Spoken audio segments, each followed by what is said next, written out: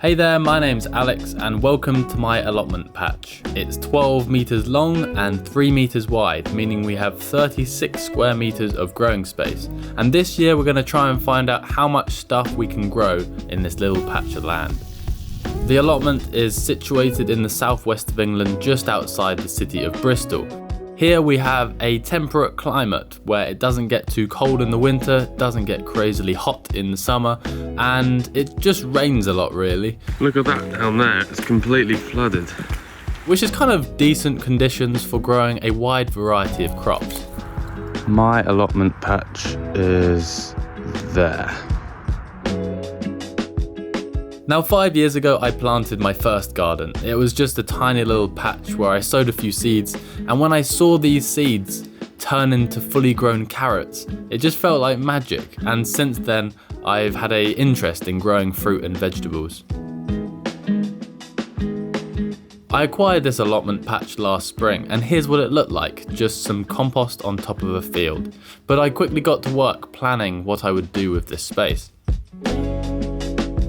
The idea behind this rough design is to create a patch where I can mix some more formal vegetable beds with a messy overgrown centerpiece that divides the plot in half. I basically wanted space to grow some crops in rows, but also a little area where I could experiment with different types of plants. So during the summer last year, I got to work. I planted in some of the more permanent plants like strawberries, artichokes, and perennial sunflowers. I also grew plenty of coriander, beetroot, some nice Chinese cabbage, but most of the patch I kind of neglected. I didn't really have time to keep on top of it.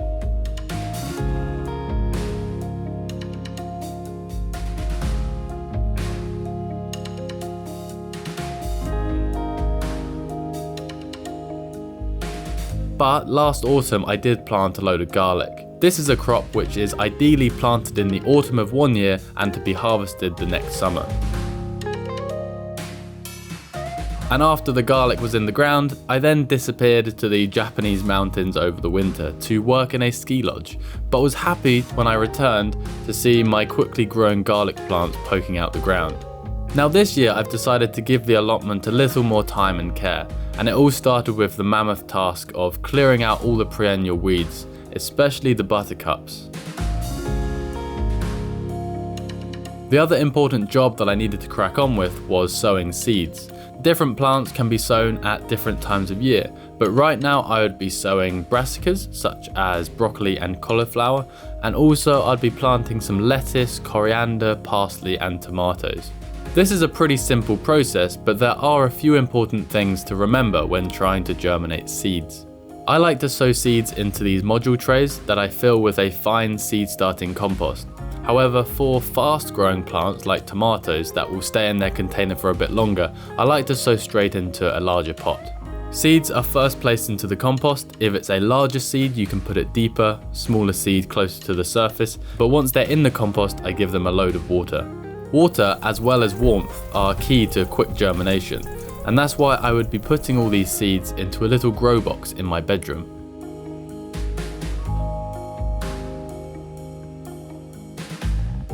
As well as planting plenty of things in my allotment patch, I also want to try growing some stuff here in my back garden. I rent this house that you can see behind me with 4 other old school friends. I really love living here, it's a great place. However, the garden has been somewhat of a challenge. Firstly, it doesn't get much sunlight. Now that might sound crazy because you can see the sun beaming down onto my face right now. However, after about 11 o'clock in the morning, maybe noon, the sun goes behind this great big tree and there's no more sunlight. If it was my garden, I think I would chop that tree down, or at least cut it back a little bit, because it really does have an impact on how plants grow.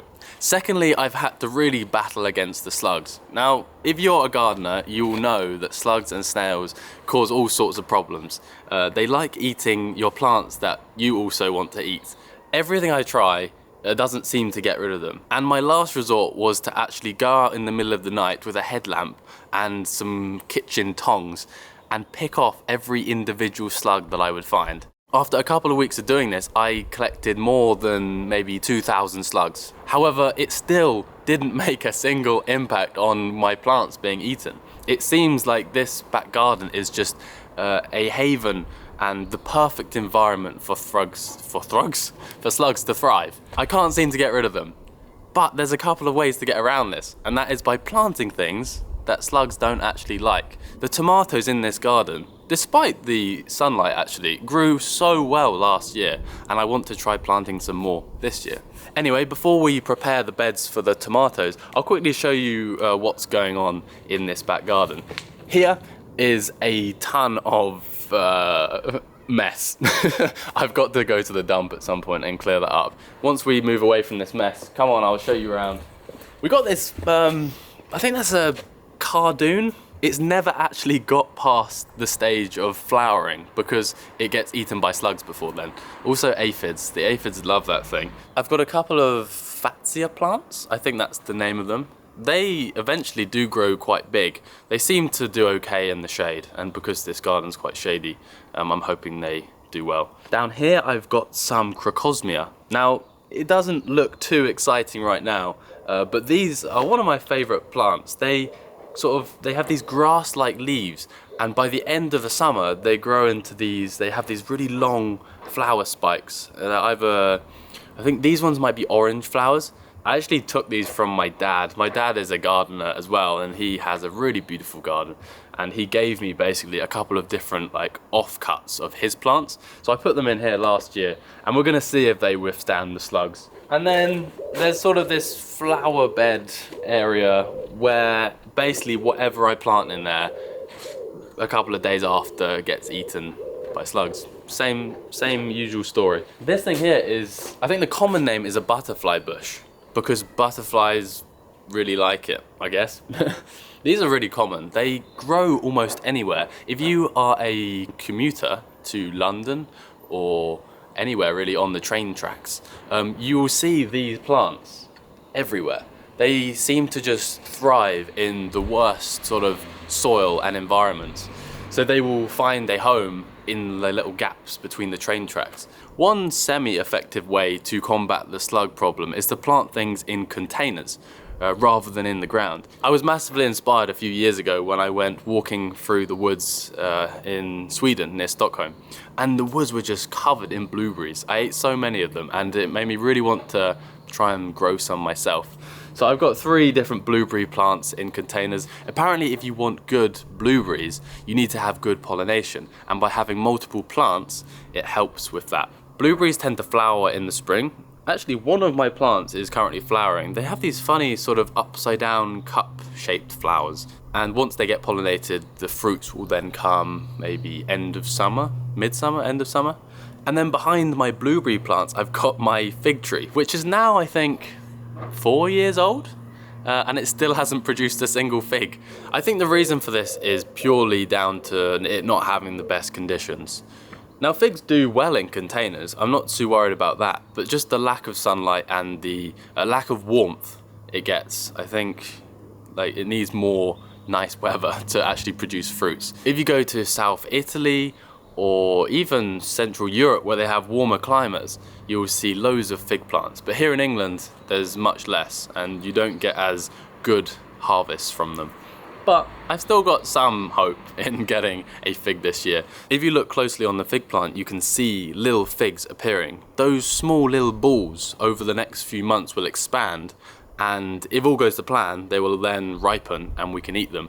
But what happens every other year so far is the fig expands and then just drops off the plant and doesn't turn into an edible fig. But I got my fingers crossed for that. Maybe we'll get a fig. Probably won't though. So the real focus in this garden this summer will be my tomato plants, because I found out last year that tomatoes don't get eaten by slugs, which is amazing. Tomatoes are in the nightshade family. I think the leaves of the tomatoes are maybe poisonous, or maybe they're just disliked by the slugs. Anyway, all I know is that I planted them last year and they thrived, and I want to do the same again. I went to the garden centre the other day, I picked up a couple of bags of compost. We're gonna put that in the beds and basically make the area ready to put the plants into. Why am I putting compost in the beds? Well, compost is a few things. It's the medium in which the plant roots will grow in, but it's also the food for the plants. When you put a fresh layer of compost on a bed, it suddenly looks really sort of neat. It's like it's ready to be grown in. I'm just compacting it down a little bit because when it's not been compacted, it dries out much quicker. Sort of the airflow through it makes it dry out, and I don't want it to dry out. And there we go.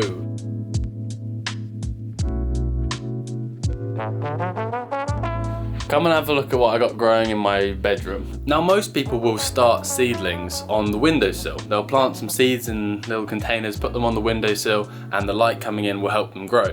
However, because my bedroom faces north, it doesn't get much sun. So I had to work around that, and I realized that I could get some lights, they're special grow lights that you can't just use any lights. You have to buy specific plant grow lights because it contains like the whole spectrum of light.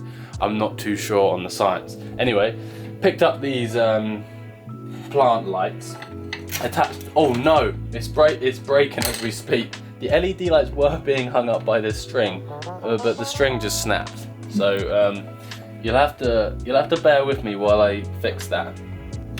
Oh no, they're both gone. No, my seeds are being squashed.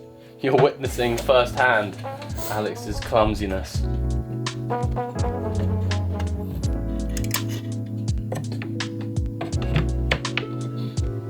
Hey, we're up and running again. I think 2 lights is enough. The plants seem to grow well with 2 lights. So in there, I've got all sorts of different stuff really. I started these maybe a week ago and they're all grown, so not all of them, but some of them are growing really well. Some of them haven't germinated. Basically all plants take different amounts of time to germinate. The quickest ones were the lettuce, and then next quickest were the brassicas, so broccoli and cauliflower. They shot up really quick too. And also the tomatoes. The tomatoes took maybe like 5 days. Yeah, it's quite exciting having all these plants growing in my bedroom. Because this box is like enclosed, it heats up a little bit in there as well, so it creates a warm and humid climate, which is perfect for seeds to germinate. I think maybe in 2 or 3 weeks, some of these plants will be big enough to then take out to the allotment and plant on. Basically, the aim of this is to get the plants to a big enough size to hopefully withstand some of the pests. Basically, you're creating stronger plants that you can put outside that will hopefully thrive. My plants, my bedroom seedlings. What I'm going to be starting today is hardening these plants off.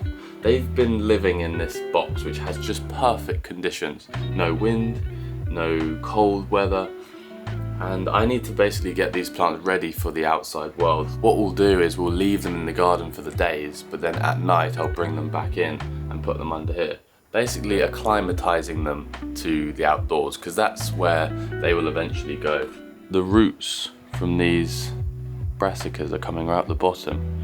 It kind of means I should probably repot them.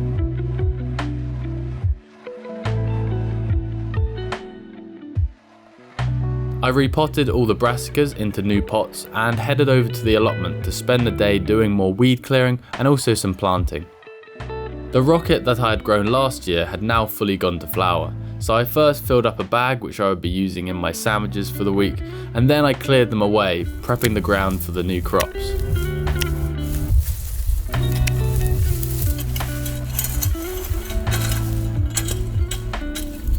I also cut back last year's sunflower and verbena growth. These had some beautiful flowers last summer, so I cleared away the old vegetation, and now we can already see the new fresh green growth that this year will grow into even larger flowering plants. I was really happy with how my artichokes were looking. They really add some nice structure to the centre of the allotment with their spiky large leaves, but you can also see some of the first flower spikes coming up, which would hopefully give us some good harvest this summer. Although I'd already started lots of lettuce from seed, I couldn't help but buy a few more lettuce plants from the garden centre. I planted these between the garlic in hope for a quick crop before the garlic would need harvesting.